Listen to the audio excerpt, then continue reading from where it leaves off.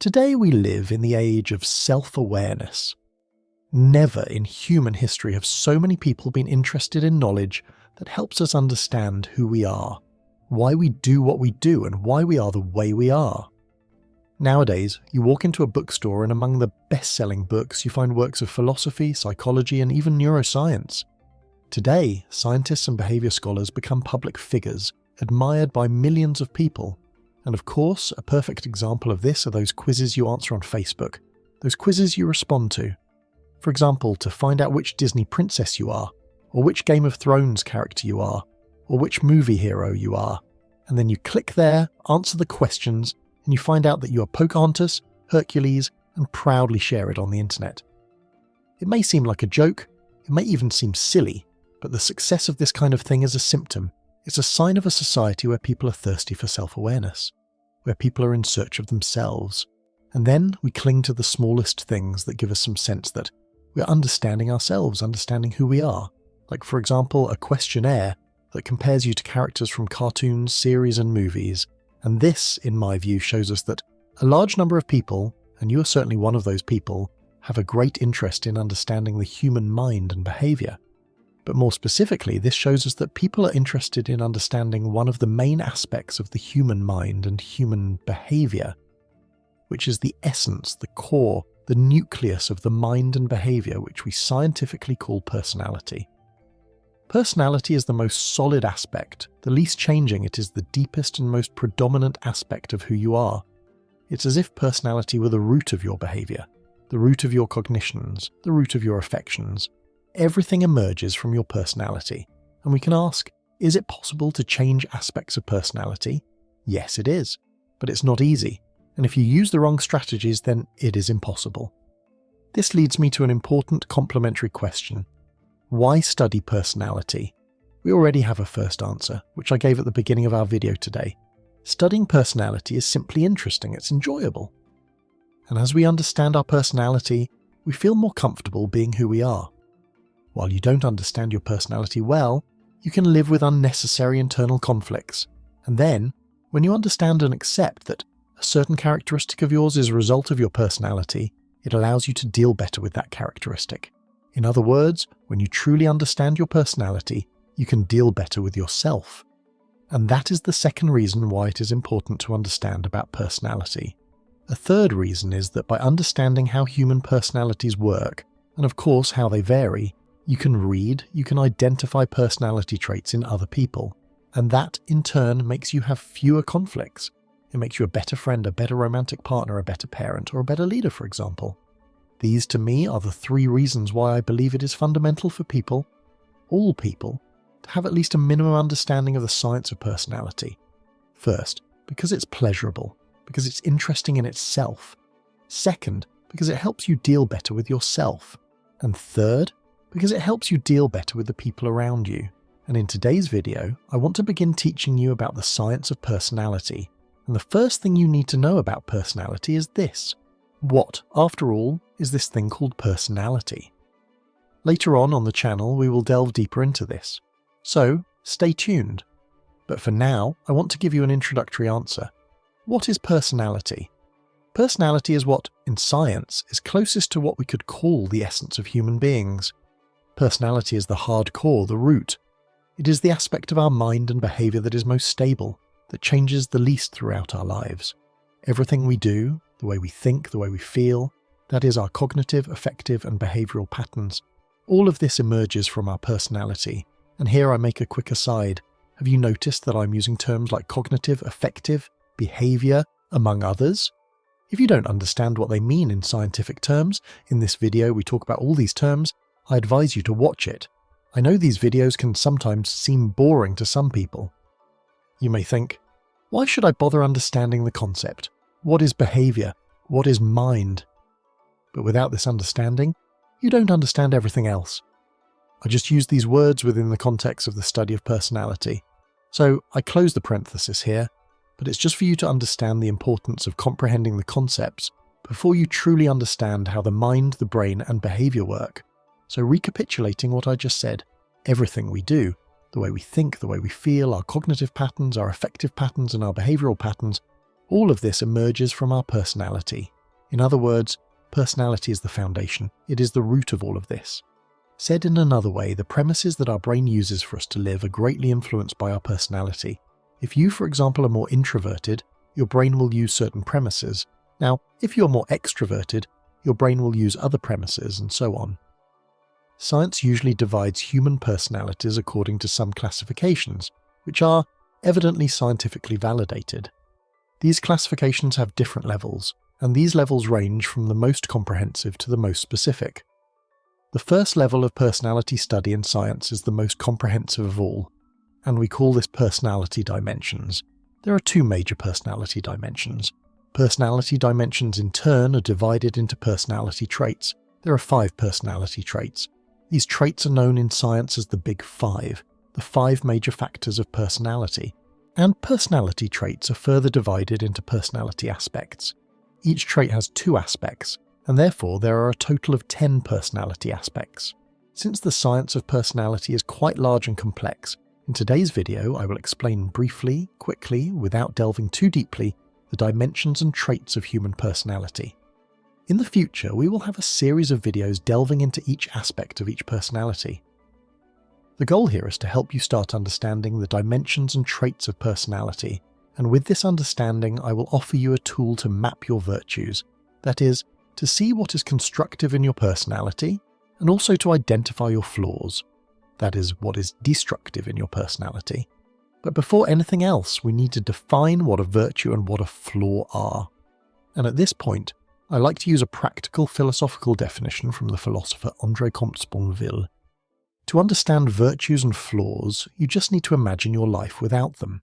A virtue is everything that, if removed from your life, makes your life worse. Let's give an example here. Quality relationships. If I take quality relationships out of your life, how does your life fare? Does it get better or worse? And of course it gets worse. We know scientifically that quality relationships, and I'm talking about quality, not quantity, not how many friends you have on Facebook or followers on Instagram. Quality relationships are fundamental for a happy and healthy life. People who don't have quality relationships statistically live shorter lives and get sick more than the rest of the population. So, what in your personality allows you to build quality relationships is a virtue of your personality, and what in your personality corrodes, destroys your quality relationships is a flaw in your personality. A flaw is everything that, if removed from your life, improves your life. Let's think about another example, which I've already mentioned in several videos: procrastination. If I take procrastination out of your life, does your life become better or worse? It's quite likely that your life will improve if I remove procrastination. So everything in your personality that makes you procrastinate is a flaw, and everything in your personality that helps you combat procrastination is a virtue. So now that we understand well what virtues and flaws are, let's start understanding how the human personality works. And I want you to, as I explain all of this, relate it to your life, to the lives of people you know, because you will begin to realize that I am describing you, or describing someone you know. Just in this video today, you will start to think, wow, I think I belong to that one, that personality trait. I think I have that personality trait more pronounced. Or you might think, wow, my boss has that personality trait. And that's the cool thing about personality. You start to understand people. You start to understand how people operate. And the first level of your personality, as I mentioned, is the broadest classification, which will encompass all others. We call this broader classification personality dimensions. In science, these dimensions are also called higher order factors. I find this term very complicated, so here in the video we will refer to them as dimensions. We'll use the term dimension. And the first dimension of personality is called plasticity. Plasticity is the dimension of personality that governs how flexible a person is, how much of an explorer of novelties they are, how curious they are, and how quickly they adapt to new things that happen. The second dimension of our personality is stability. Stability is the dimension of personality that governs how structured a person is, how organized they are, how emotionally stable they are, and how focused they are. As I've told you, personality dimensions are divided into 5 major traits, the 5 personality traits. Here I need to emphasize something very important. Personality traits are actually spectrums. That is, they are not fixed categories, they are a gradation, a continuum between 2 extremes. This means that when it comes to personality traits, Nothing is black and white. It's simply wrong to say I am an introvert or I am extroverted from a scientific point of view. But to facilitate our understanding here in the video, I will use the terms introverted and extroverted as if they were fixed traits. For example, the introverted person is someone who tends towards a certain behaviour. In a moment, I'll explain the characteristics of introversion and extroversion, and I'll use the language exactly in this way, which is not 100% correct. Because these are not fixed traits, there are two extremes for every trait, which are the aspects. That is, each of the 5 personality traits has 2 extremes. For example, in the trait called by science extroversion, one of the extremes is extroversion and the other extreme is introversion. But the point here is that you rarely find a person who is 100% introverted or 100% extroverted. People usually situate themselves in different positions within this spectrum. Some people are more red on this spectrum you're seeing there, others are more purple. Or then, some are a mixture of both. This means that you can be a person who presents a high degree of extroversion or a high degree of introversion, or an intermediate degree between extroversion and introversion, or a moderate degree of extroversion, and so on. I believe you've understood. The point here you need to understand this is that the possibilities are very diverse. And things get even richer if we go a little deeper, because as I've already told you here before, each personality trait is divided into 2 aspects. So you can be a person who has a high degree of introversion in aspect X, but you have a high degree of extroversion in aspect Y. We're going back to the traits now, because they're the focus of today's video. And since we're talking about introversion and extroversion, know that this is the first trait of the dimension called plasticity, extroversion. Let's understand how it works. Extroversion is the trait that governs how enthusiastic and dominant a person is. On one side of the spectrum of this personality trait, we have extroversion, and on the other side, as you already know, I just mentioned, we have introversion. The extroverted person is someone who exhibits the following characteristics. They are naturally sociable. It is very natural and easy for this person to interact with others, even with strangers. Socializing, in fact, energizes this person. They need it to feel good. Additionally, this person is naturally active. They tend to have a high degree of enthusiasm for their life. Another characteristic of the extroverted person is that they are adventurous, bold. They're also comfortable with multiple simultaneous stimuli. That is, they feel comfortable in a place that demands their attention on various different fronts. And of course, the perfect example of this is a party or a crowded club. All those people are a lot of stimulation for the person's brain. Lots of sources of information demanding attention. And the extrovert naturally feels comfortable in this type of situation. And finally, very much in line with the first characteristic I mentioned here, the extroverted person is gregarious. That is, they easily and calmly approach other people, even strangers, and other people easily and calmly approach the extroverted person. Because of this, they tend to be someone who has many friends, many acquaintances, and who makes a point of getting closer to people whenever they have the opportunity.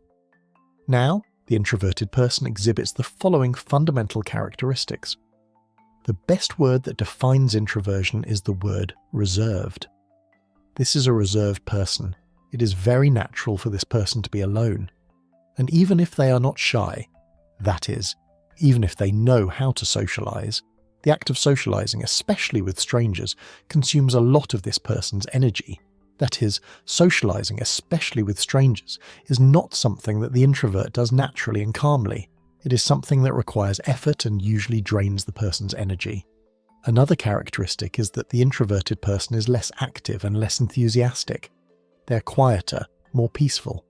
Furthermore, they are more cautious, less adventurous, less bold.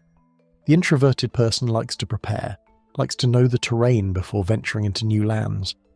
And if there's something that overwhelms and harms the introverted person, it's putting them in a situation where there are many simultaneous stimuli demanding their energy, their attention. When these stimuli are social, that is, when they are people demanding the introvert's attention, the intensity is even greater. That's why introverts tend to prefer quiet environments without crowds. In the case of social events, for example, they prefer a dinner with a few close friends, or staying at home watching a movie or a series, or playing video games, or going to the cinema, or something that doesn't involve many different sources demanding their attention and energy. The quality of the introvert's interactions is inversely proportional to the quantity, whether with people or activities. In other words, the more interactions the introvert is engaged in at the moment, whether with people or in some activity, the more uncomfortable they tend to become. And finally, the introverted person is not very gregarious. They don't easily approach other people, and people don't easily approach them. This is especially true with strangers. So that's the first trait of the personality dimension called plasticity. The second trait of the personality dimension called plasticity is openness, also known as openness to experience. Openness is the trait that governs how active a person's imagination is, how aesthetically sensitive they are, how attentive they are to their own feelings, how much they prefer variety, that is, how much they like new and different experiences, and how intellectually curious they are. On one side of the spectrum we have originality, and on the other side we have traditionalism. A person with a high degree of originality tends to exhibit the following characteristics in their life. They're a person who tends to fantasize, dream, and imagine worlds and situations different from what they are experiencing concretely right now. Because of this, they are quite imaginative. This person also has a great appreciation for beauty, whether in art, nature, or even in human endeavors, such as creativity in business, or in reflections and creative ideas, and so on.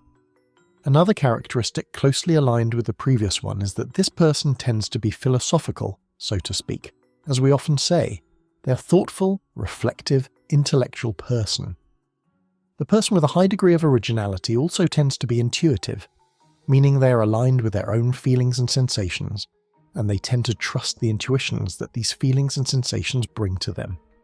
This intuitiveness is also associated with greater creative potential, and precisely because of this, another characteristic is creativity. This creativity does not only mean an affection for art or artistic professions, it can be creativity in business, in ideas, in the way they do what they do, even if what this person does is not directly related to art or its equivalents. The person with a high degree of traditionalism tends to exhibit the following characteristics. Firstly, they are more grounded, objective, pragmatic, and less dreamy. Additionally, another characteristic is that they are not as aesthetically sensitive. Not that they necessarily dislike or don't appreciate the beauty of things, they just don't prioritize it in their life. While for the person with a high degree of openness, appreciating the beauty of things is almost like a necessity, something that fills them with energy, fills them with vitality. The person who leans more towards traditionalism doesn't see this need in life. They're more indifferent to it. Furthermore, this person is grounded also intellectually. They don't enjoy philosophizing as much. They are not considered thoughtful or intellectual. They tend to be more pragmatic here on the intellectual level as well. Another characteristic is that they are less intuitive. They tend not to have the interest or desire to connect with their own feelings, with their own sensations. And due to this low degree of intuitiveness, this is a person whose endeavors, both personal and professional, tend to be more linear, more traditional, following a more cohesive path in life. And finally, aligned with the previous characteristic, this is a person with a low degree of creativity. They tend to think, feel, and decide things in life in a somewhat orthodox way. That is, in a somewhat more traditional way. This is the second trait that makes up the dimension called plasticity. Now that we understand plasticity, let's talk about the second dimension of personality, which, as you already know, is stability. The first personality trait of this dimension called stability is conscientiousness, a word that sounds complicated, but get used to it because we're going to talk about it a lot. Conscientiousness is the trait that governs how organized and diligent a person is, how disciplined and dedicated they are. On one side of the spectrum of this trait, we have conscientiousness, and on the other side, we have unconcern or negligence. A conscientious person typically exhibits the following characteristics in their life. One of the most fundamental characteristics of conscientiousness is impulse control. A conscientious person can manage their own desires well, denying immediate pleasure, for example, to achieve a greater benefit in the future. They do this naturally, and one of the pleasures that a conscientious person can easily combat is laziness. It's not that a conscientious person doesn't experience laziness, but they can easily overcome it. A second characteristic is that this person does what needs to be done. They're diligent, industrious. These are not very well-known words, but this means that they're active, hard-working people capable of acting competently to achieve what they desire. They're diligent and decisive in their lives. Another characteristic is that they are results-oriented, achievement-oriented. They usually have a clear idea of the outcome they desire, that is, what they want to achieve and what they need to do to get there. And closely associated with this characteristic I just mentioned, this person tends to be naturally disciplined and organised. A person with a high degree of conscientiousness usually detests indiscipline and disorganisation. If you want to see a conscientious person annoyed or even irritated, put them in a messy environment or in a job where things are chaotic and undisciplined. And all of these characteristics occur autonomously. That is, the person does all of this without needing to be pressured by external forces. They do all of this naturally. It's a natural part of who they are. No one needs to demand it. And on the other end of the spectrum, we have unconcern. A careless person tends to exhibit the following characteristics in their life. Firstly, impulsiveness. Specifically, impulsiveness related to planning, organisation and task execution as well. The carefree person tends to be more impulsive. They are more governed by immediate impulses and have a lower capacity to manage the impulses and desires that arise within them. This can lead them to be overcome by laziness, for example, or to act according to the moment without much thought. And this, in turn, can make them someone who starts things but can't finish them, because they are always acting on impulses, on immediate excitement. The person with a high degree of unconcern also tends to be less diligent, less industrious, those words I mentioned earlier. They act more on impulse and less because they know they need to act. So they may seem very active, but in reality they are passive. They simply obey the immediate impulses that arise within them. When they need to resist impulses, when they need to do something because it needs to be done, and not because they're excited or motivated, the person doesn't act. This makes her less committed, less decisive, a person who doesn't do what needs to be done to achieve what she desires. And because of that, she's someone who doesn't usually orient herself towards results, who doesn't worry so much about planning and executing plans, who doesn't concern herself with consistently carrying out her tasks to get where she wants to go, and often she also lacks clarity about where she wants to go. And, unlike the conscientious person, the carefree one tends to be undisciplined and disorganized, and generally they feel comfortable amidst their own indiscipline and disorganization. And finally, the carefree person has a greater tendency towards heteronomy. She depends more on external demands to accomplish what needs to be done. So here is this important personality trait called conscientiousness for you. And let's continue to understand the personality dimension called stability, and the second trait of this dimension is emotional stability, also known as neuroticism. Here we have a problem. The word neurotic has a quite distorted connotation in common sense, in the popular use that people make of the word. I need you to forget the connotation of neurotic that you already have implanted there in your head, otherwise you will mix things up here, and they shouldn't be mixed up. We will understand what this trait called neuroticism, and also known as emotional stability, actually means. As these names already indicate, on one side of the spectrum we have emotional stability and on the other we have precisely neuroticism. This is the personality trait that governs how volatile, how reactive and emotionally unstable a person is, and how withdrawn she tends to be, how much she withdraws when she feels, perceives or expects something bad. A person with a high degree of neuroticism exhibits the following characteristics. First and foremost, a general tendency to display negative affections, that is, negative emotions and feelings.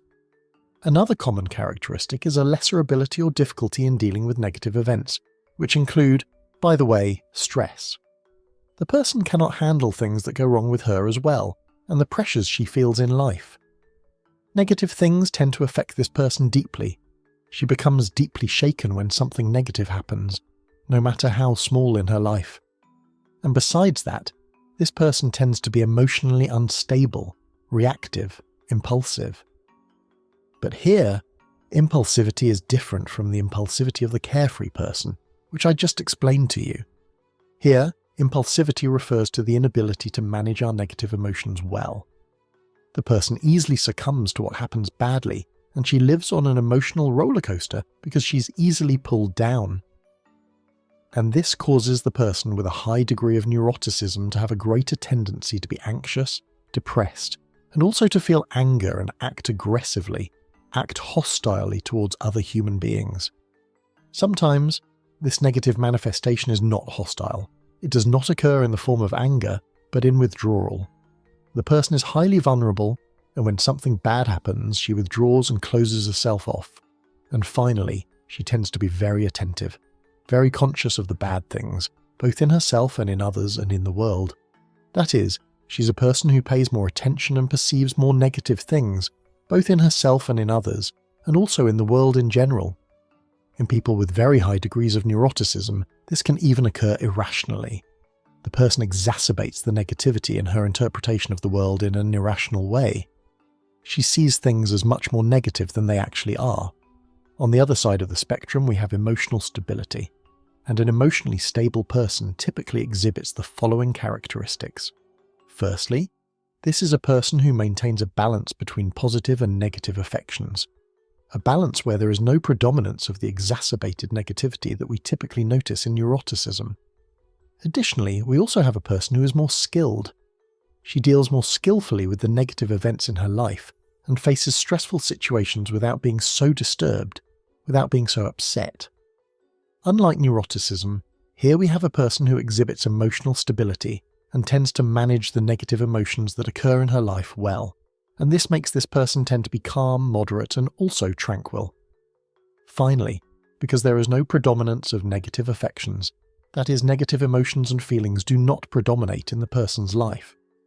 Because of this person's attention is less biased, she's less drawn to what is negative, so this person pays less attention to the negative and is less aware of the negative things that occur within herself, and also in others and in the world in general.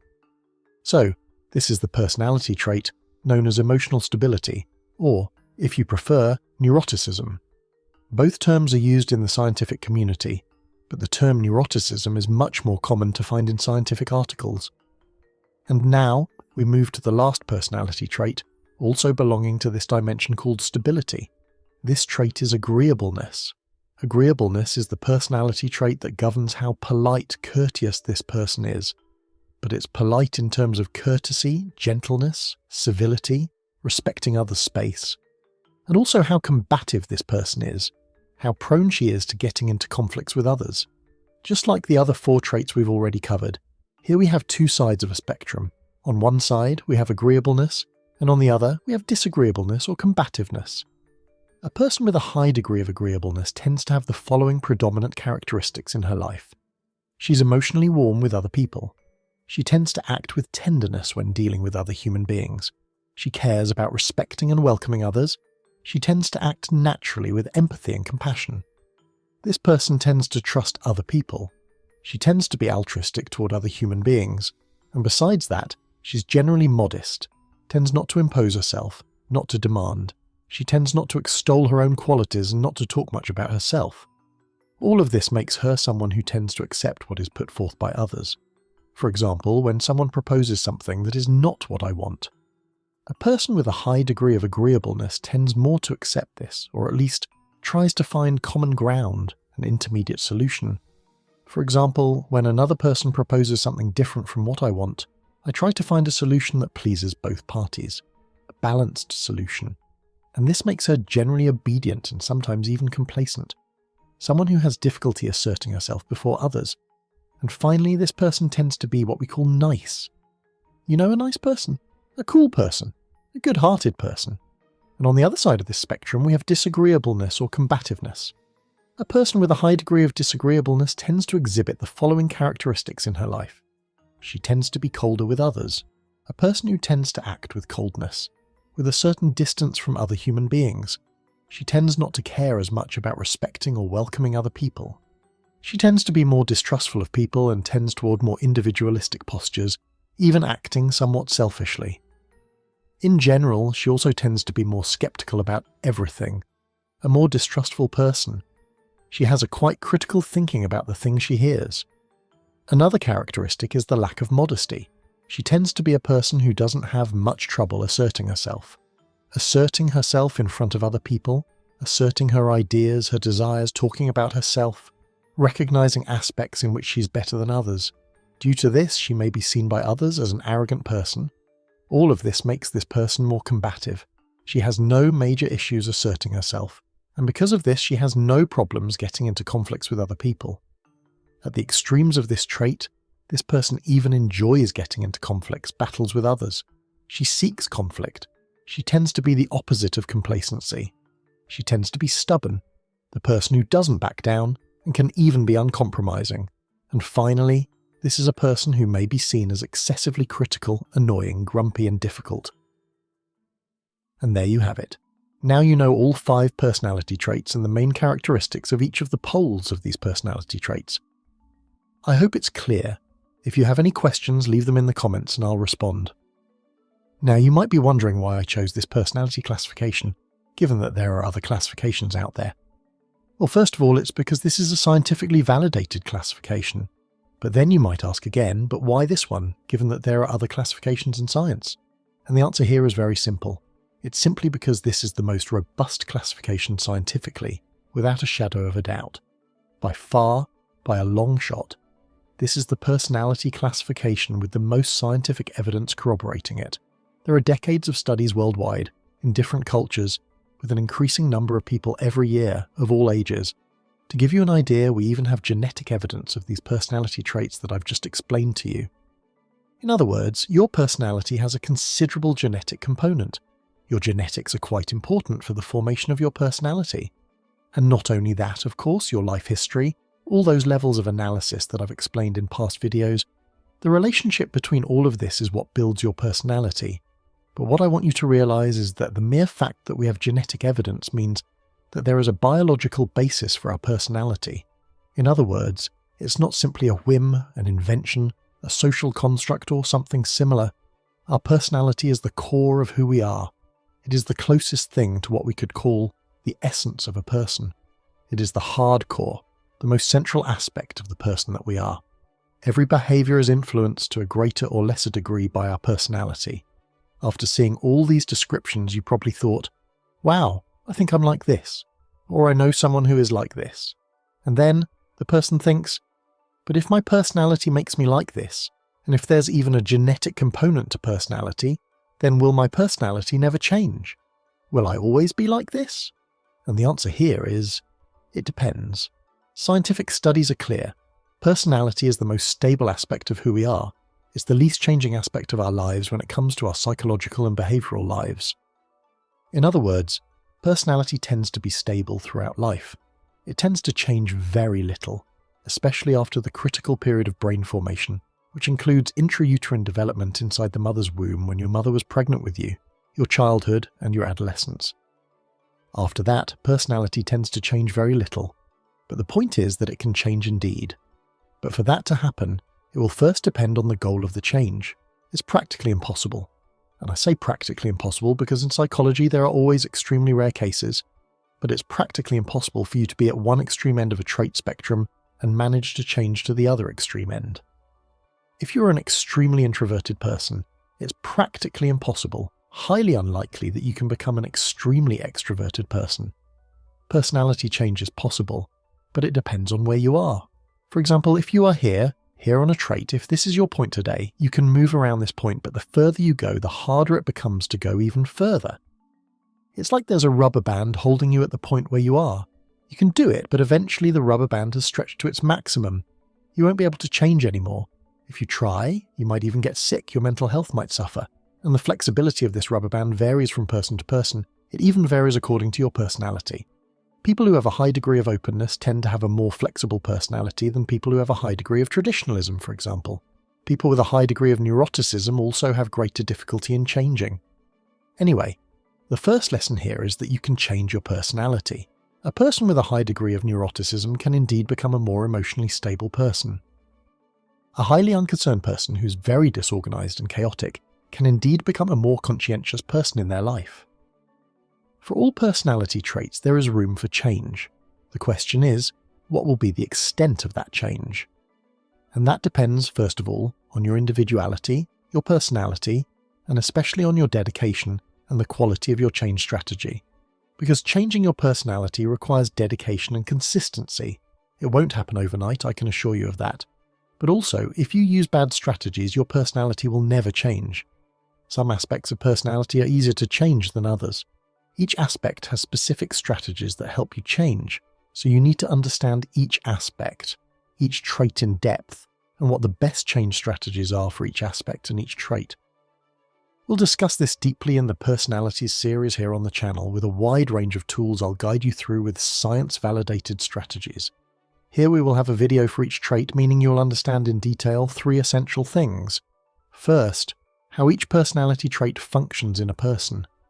What are the habits, the way of thinking, acting, and feeling of a person who possesses each of these traits I've just explained to you? Second, how personality traits interact with each other. This is very important because, for example, a person who is introverted, with a high degree of neuroticism and unconscientiousness, will have quite different issues from a person who is extremely conscientious, with a high degree of neuroticism and extroversion. In the Personalities series, I'll explain how these traits interact and how they result in an actual human being, in an actual personality, in a person who acts, thinks, and feels in a certain way. And third, with all of this, I'll explain to you the best ways to relate to each type of personality, both in your personal and professional life. And also, the types of personalities that are compatible, that relate easily, and those that are incompatible, that have difficulty interacting. It's important to emphasize that there are advantages and disadvantages to all personality traits. Every personality trait has virtues and flaws, constructive characteristics and destructive characteristics. You might think being extroverted is the best. That's the good way to live. But know this, Bill Gates is introverted, Elon Musk is introverted, Meryl Streep, one of the greatest actresses in human history, is also introverted.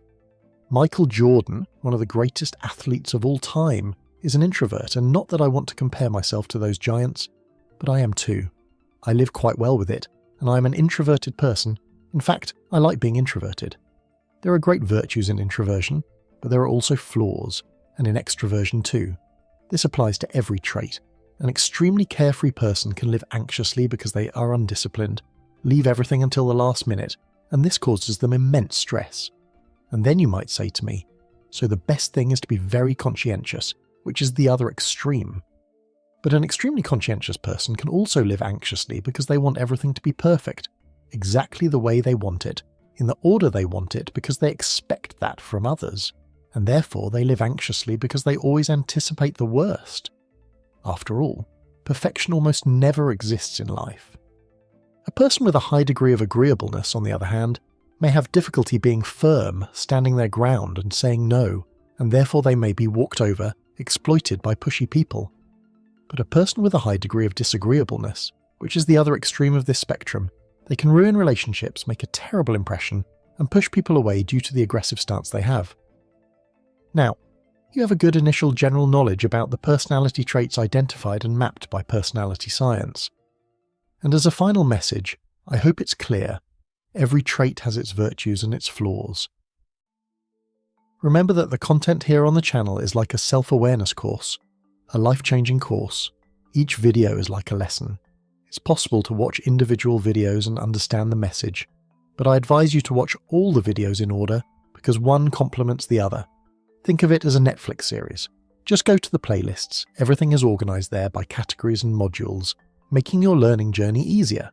Don't forget to like, subscribe to the channel and activate notifications to stay updated on upcoming releases. Also, share it with friends and family who may benefit from this content. After all, learning together makes the process more dynamic and effective. Thank you for watching, and until the next video.